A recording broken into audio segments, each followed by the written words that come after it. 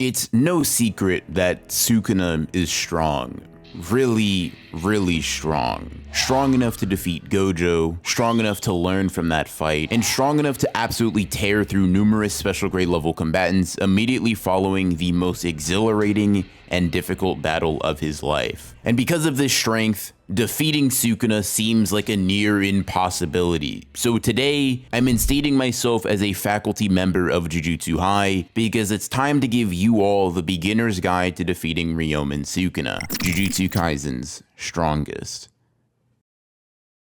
The point of this guide is pretty simple. By using a mix of hindsight, creativity, and a perspective not limited to the character's own imagination, I'll be crafting multiple different strategies and plans that would assuredly lead to the defeat of Sukuna. In essence, I am breaking down how I would go about taking down the king, with the pieces allotted to me during the time skip. What I consider a total victory in this instance is any situation in which Sukuna is defeated and Megami's soul can be saved, just because it's quite obvious that the main goal of the protagonist here is to not only kill Sukuna, but save Megami as well. To start, I'll be focusing explicitly on the sorcerers left after Gojo's death. Following Sukuna's development of the World Dismantle, how exactly could I deploy the heavy hitters and supporting allies to take down this massive threat? And at the end of the video, I'll be going over what I like to consider a bit of a cheat code for a scenario like this. If I was to give Gojo all of the knowledge of how his battle with Sukuna actually played out, could I construct a situation in which he's able to defeat Sukuna even with Mahoraga in tow? Before we get to that, however,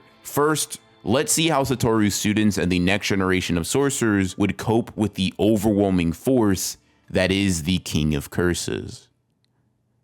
The first plan of action that I'd be likely to discuss with all sorcerers involved hinges pretty strongly in Higuruma's domain and Kusakabe existing as a main point of attack. Just as was the case in the canon actually, I still think the best scenario for everyone is Sukuna getting cut by the Executioner's Blade, allowing Megami to be freed and Sukuna to be defeated simultaneously. The reason the plan fell through in Jujutsu Kaisen is multifaceted, but a massive contributor to that is actually Yuta Okotsu. As is implied by Yuta's internal monologue, at some point in the planning process, he was meant to accompany Yuji and Higuruma in the fight against Sukuna. In my plan, it's absolutely critical that I make sure Yuta forgoes his feud with Kenjaku and appears on the battlefield the instant Kashimo is defeated and Higuruma enters the ring. In his stead, Maki will go to kill Kenjaku since she won't be required to fight in this specific scenario unless things take a turn for the absolute worst. Maki doesn't have the same crowd controlling ability as Yuta does with Rika at his disposal, so more civilians may be in danger in the short term, but Yuta himself determines that all of his prior reasoning for personally killing Kenjaku just acted as an excuse for his grudge, which means Maki should be able to do a good enough job for everyone involved to be okay with the outcome. With Wiwi's teleportation as an option as well, she should be able to reach the colony that Kenjaku is in, kill him, handle the rampaging cursed spirits, and get back as a backup option just in case. Focusing back on Sukuna specifically though, the plan would go as such. Mei uses her bird strike from afar to act as covering fire for Yuji, Yuta, and Higuruma, and the moment an opening does appear, Higuruma needs to open his domain and confiscate Kamutoke. In the best case scenario, I would have Rika make an attempt to rip the cursed tool from him the instant they enter his range, but this ploy would likely be obvious enough for Sukuna to see through it, and it'd just be safer to have Higuruma's domain do its thing, its naturally tool, as well as allow him to obtain the Executioner's Blade. The clarity that I have via me being a manga reader would allow me to inform the characters that the tool would be taken instead of the curse technique, so Sukuna's initial slashes wouldn't catch everyone off guard and keep them from taking a little bit extra damage that they did at the start. In contrast to what actually happened, from this point onwards, things start to significantly diverge, as rather than having Higuruma wield the Executioner's Blade in an attempt to kill Sukuna then and there, Yuta would immediately follow the closing of Higuruma's barrier with one of his own, trapping Sukuna in there with just him and Itadori. Yuta would then use his ability to shift the coordinates of the barrier to move away from Higuruma,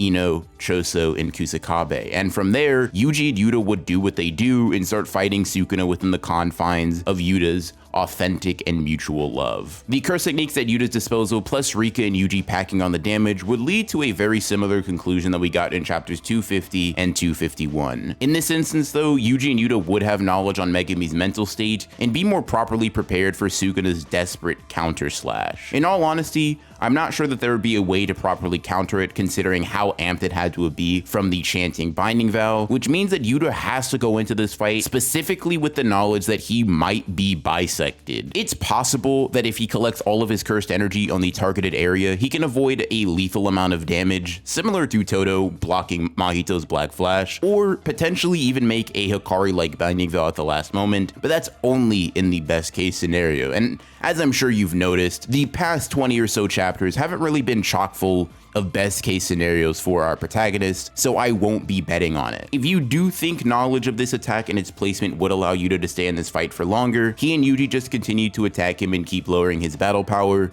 in preparation for the second phase of this plan. In the event the slash is still too much for him, however, I'd have Yuta break apart his own domain in order to leave an opening for the next wave of fighters, and at this point we come to a bit of a crossroads. In scenario A, Maki was able to kill Kenjaku without trouble and eliminate all of the cursed spirits quickly enough to make it back in time to be here for the sneak attack. In scenario B, Maki was held up at some point in the plan and isn't fast enough to make it back in time for the post-domain sneak. In scenario A, we just give Maki the Executioner's Blade instead of Soul Split Katana and have her stab him in the back, immediately getting us a victory. This is, once again, the best case scenario, and one that I think is relatively feasible on our end. At the bare minimum, Maki should be physically comparable to base Yuta at this point in the story, and due to her invisibility, it's even more likely that she'll catch Kenjaku off guard, and with Soul Split Katana's extra lethality, it's pretty certain that Kenjaku will not be surviving an encounter with Maki, especially with Takaba acting as cover. The only way I see her getting held up is if all of the curses rampage omnidirectionally, and she has to exercise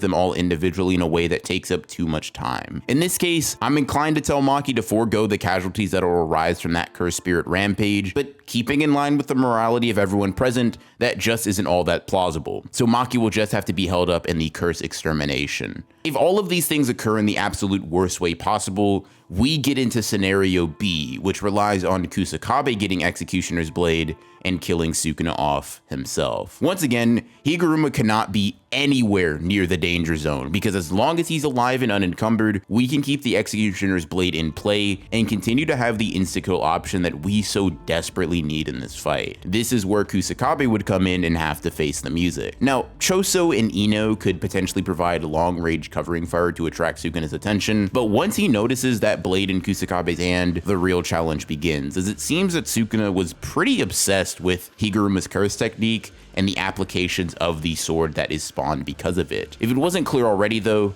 Kusakabe standing off against Sukuna alone in this context isn't my first choice, mainly because in this universe he isn't as weakened as the one Kusakabe actually fights him in the actual manga. For starters, he doesn't have the heart wound that Maki gave him that was very obviously slowing him down, which is a problem in itself. Sure, Jacob's Ladder combined with multiple uses of RCT, slashes, and soul damage sustained from Yuji make this Sukuna significantly weaker than how he starts in this fight, but it's still quite a lot to ask of Kusakabe, especially if all of Sukuna's attention and ire is placed upon him. His only saving grace in this scenario would be that Sukuna hasn't landed a Black Flash, and thus isn't really feeling in the zone. So the chances of one stray sword slash connecting isn't zero, and I honestly think that Kusakabe's chances are higher than you'd initially think. This last leg of the strategy really relies on Sukuna not being prepared for the level of speed Kusakabe has when deploying his automatic long-range simple domain in the same way he did in the manga. In response to this, you might be inclined to say that he's quicker now due to a lack of heart injury, and while that's true and honestly a fine point, Kusakabe's skill mixed with the surprise factor of the context led to Sukuna getting slashed over a dozen times in the canon storyline. But in this one, we only need an individual slash. If Sukuna gets cut by any one of those attacks, the fight is over and we win. The attack does not need to be deep, and it does not need to be repeated, and based on the conditions I set, I genuinely think it's a possibility. If Kusakabe on his own isn't enough to convince you, however, there are some additional pieces you could add to the board to increase his chances and likelihood of surviving. Let's say you have Wee teleport Urahime to the battlefield while Yuta and Yuji are fighting within the domain. This way, she has the time to go through her entire ritual, and Kusakabe is going into the fight with an increased amount of cursed energy and output to circumvent the lack of damage Sukuna's taken. While we don't have an exact measurement on how much the hard stab took from him, Kusakabe being 80% stronger due to cursed energy and cursed energy output increase isn't anything to laugh at, and would only boost our chances of victory. Hell, I might even have LaRue enter the fray a bit earlier to grab Sukuna one time, in order to prepare for an eventual cutie honey usage that would be absolutely clutch in this situation. Honestly though, the strategy lives on so long as Higuruma doesn't die or take so much damage he loses control over his curse technique. Once that happened in the manga, our force's chances of winning plummeted because we essentially lost what was our get out of jail free card. Even in the event that Kusakabe is defeated, which is one that I don't necessarily think is super likely, one use of a technique halting domain amplification from Higuruma can make it seem as if his technique has dissipated, only to allow Maki to wield the blade upon her arrival. In any case, I have quite a bit of confidence in this strategy, even though things constantly don't go our way. The only real scenario in which this would go poorly is if for some reason Sukuna had enough cursed energy and output in the tank to pull out an immediate fire arrow and blow the whole spot up. But not only is that just unlikely based on the amount of damage he's taken up to this point, but it also simply isn't in character, at least based on what we've seen from Sukuna thus far.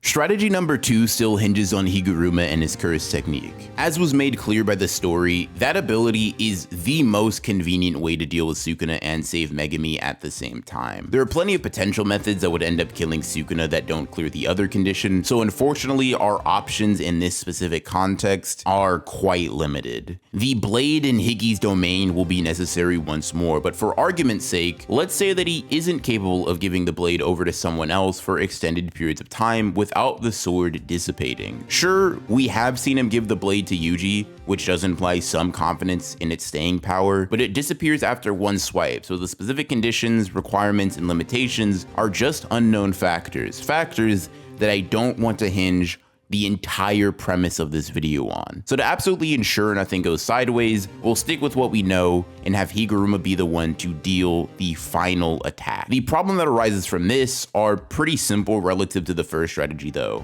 Compared to Kusakabe, or honestly compared to any of our close quarters specialists, Higuruma is extremely weak and incapable as a fighter, at least when talking about physicality specifically. While his talent is vast and his technique useful, there is a long list of characters I'd like to have my back in a physical confrontation before I pick Higuruma, which definitely puts us at quite the disadvantage if he needs to be the one to sink the blade into Sukuna's flesh. In order to guarantee that Higuruma will have enough time to land this attack on Sukuna, we will either need to completely immobilize him for a brief period of time, or significantly weaken him beyond anything that in the canon storyline Higuruma ever encounters, or combine the best of both worlds and mix the immobilization and the weakening of Sukuna. To achieve this desired outcome, we'll have to get real creative with how we structure this plan, and honestly, to pull a page out of Hikari's book, we might need to take a gamble. Speaking of Hikari, he'll still be on Arame duty just as he would be in the first scenario and in the actual story. Yuta will be on Kenjaku duty, Kashimo will be doing what Kashimo does, and Higuruma and Yuji will be dropping down immediately following his defeat to open the domain expansion. Maki's role, however, changes quite a bit with this second strat. The moment that Gojo dies, just like Kashimo, she needs to be jumping onto the battlefield, not to fight Sukuna, but rather to prevent Kamutoke from entering his grasp. Now, in the canon storyline, a strategy like this is impossible for multiple reasons. The shock of Gojo's death dulling reactions and lack of information on Kamutoke and how it interacts with Higuruma's domain specifically is what limits the characters from thinking of or conceiving of a plan like this. But with the information gained from my manga reading experience, sending Maki to intercept Arame's gift for Sukuna is a small, relatively safe act that'll go a long way for the course of this battle. Maki's also also really the only person who could pull something like this off, considering her ability to use air as a platform. The only other person or creature capable of getting high enough quickly enough would maybe be Rika, but considering that Yuta is still on Kenjaku duty in this specific scenario, she is also a non-factor. Heights that no other sorcerer could comfortably reach shouldn't be an issue for her, so aiming for the moment the curse tool is in view would be her best bet. Now, in all honesty, I don't think Sukuna would have time to retaliate considering Maki's lack of presence on the battlefield as well as her immense speed, but even if he does, in the form that he would be in, he wouldn't be capable of sending out world dismantles, and his base output would be so low that I doubt he would even be able to incapacitate or severely injure Maki in the first place. And any damage that she does take during the retrieval mission is an extremely small price to pay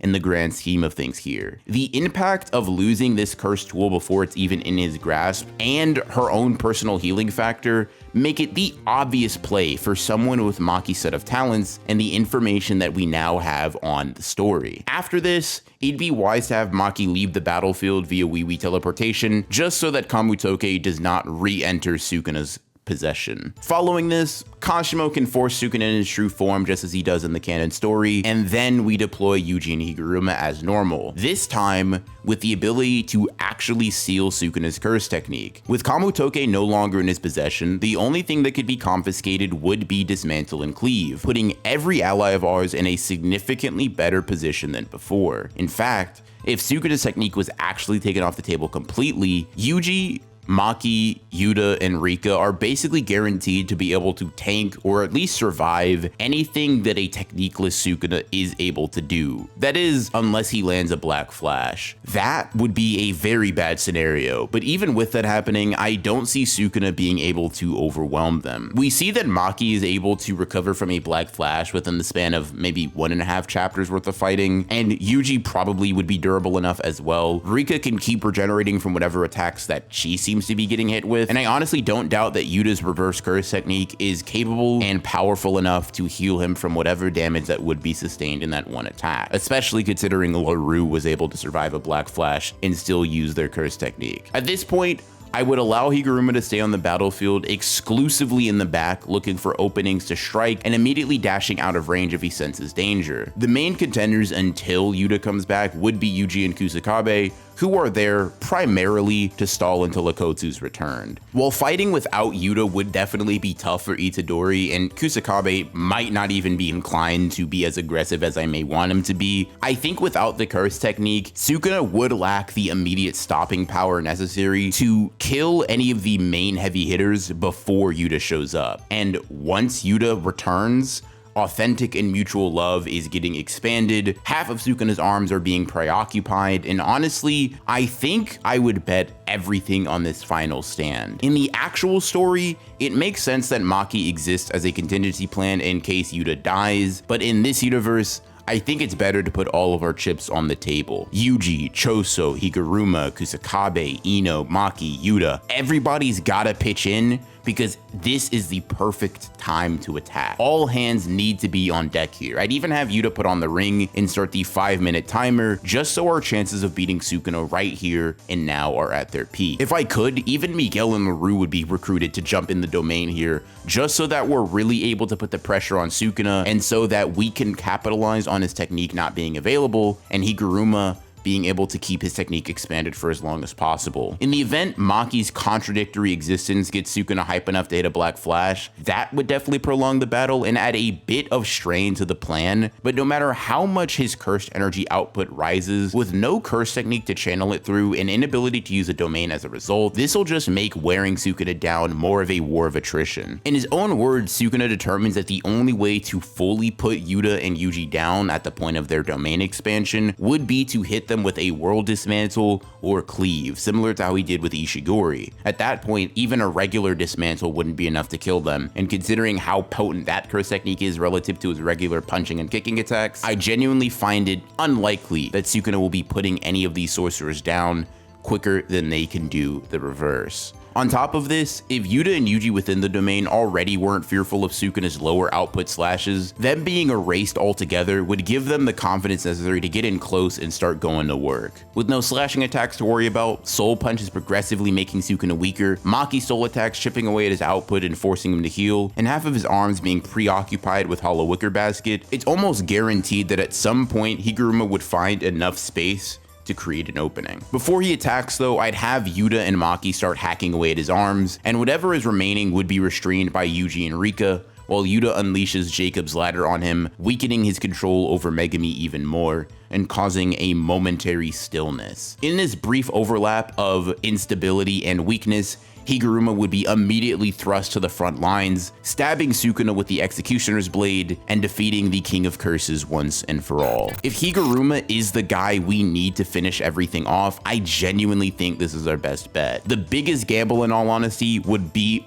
Maki's snatching up of Kamutoke, but with her speed, invisibility, and her dedication, I trust that we would be able to secure it. The absolute worst case scenario would require her to use force against Sukuna to get it from him and continue everything else as planned, but I honestly haven't seen anything from that specific weakened version of Sukuna that would lead me to believe that she couldn't retrieve Kamutoke and the hand that he's holding it in if need be. I'd hope that it doesn't come to that, considering that it'll probably piss Kashimo off, but if that's what must be done in order to lead to a true technique confiscation from Higuruma, then a pissed off Kashimo is just a risk we'll have to incur.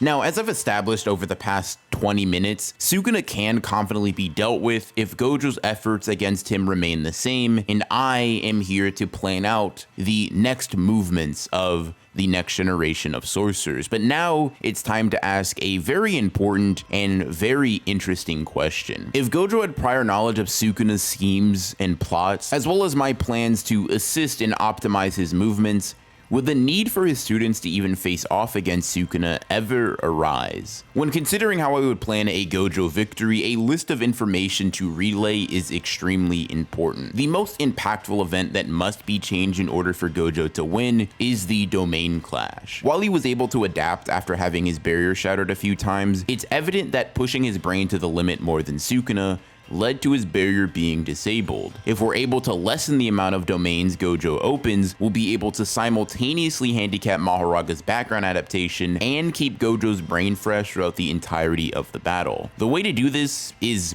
painfully simple. You just gotta let Gojo know that Sukuna has an open barrier domain. The next piece of information that would have a major effect on the outcome of this fight would be the awareness that Sukuna will eventually develop the World Slash, specifically after Mahoraga is able to adapt and throw long distance slashing attacks himself. Well, in my optimal scenario, the fight never gets this far. In the event that it does, Gojo knowing about this technique application and being on guard for it could definitely save his life. The third and final thing Gojo must account for is Mahoraga's adaptation, which seems really obvious considering that Sukuna is currently occupying Megami's body for the entire duration of the fight, but Gojo really needs to keep an eye on Mahoraga's adaptation that goes on in the background. His lack of knowledge about that particular usage of the technique leaves him open to having his domain adapted to in a way that is a bit tricky later on in the fight. With all of the necessary information downloaded and my controller plugged in though, here's how I have Gojo go about beating Sukuna. For starters,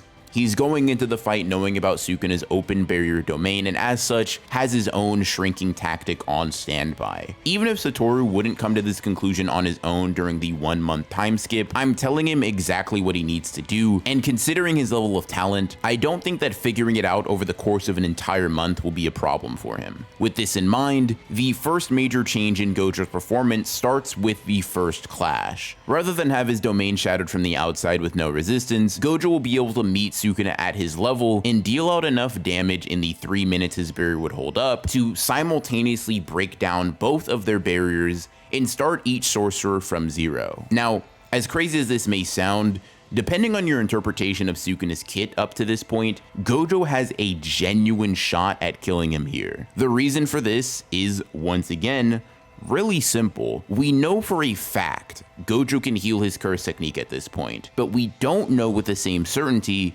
that Sukuna can or could in the manga. Despite Sukuna healing his technique as well later in the fight, due to Angel's mention of Sukuna's proclivity for picking up tricks, it's entirely possible he developed the skill only after Gojo showed it to him, which would be too little, too late if both of their domains broke down at the same time and reset their ability to activate curse techniques. Healing his technique slower than Gojo means he regains his domain slower than him. Regaining his domain slower means being caught in Infinite Void. Being caught in Infinite Void this early into the fight means that Mahoraga hasn't had enough chance encounters to adapt. And in this scenario, Gojo can just tear Sukuna limb from limb in the way that he intended. Granted, all of this is only a possibility because it is feasible that Sukuna already had the capacity to heal his technique. But like I said, depending on your interpretation, all it would take is one domain clash for Gojo to become the victor. If Sukuna already has this ability though, they would just keep clashing and healing until what happens in the manga initially occurs again. Gojo's superiority in close quarters combat would cause Sukuna to fall a step behind, just enough of an opening for Gojo to deploy Infinite Void and catch him lacking. In the main story, this happens after Gojo and Sukuna clash for 3 minutes twice. Following the same logic here would dictate that Gojo now would only have to open his domain a total of 2 times and heal his technique only once. Once again, this puts Sukuna in a position where he can't use Mahoraga due to not enough instances of contact being initiated. An Infinite Void would allow him to absolutely destroy Sukuna's brain and body. Even if Mahoraga, for some odd reason, can adapt and destroy the domain faster than he did in the manga, Sukuna's mind would still be a wreck from the effects of Infinite Void, but Gojo would be in a good enough state to open a domain another 2 times at least. This would allow Gojo to cast another domain, one-shot Mahoraga with red, and then follow up by demolishing Sukuna while he's frozen by the effects of Infinite Void. This was the optimal scenario that Gojo was aiming for. In fact,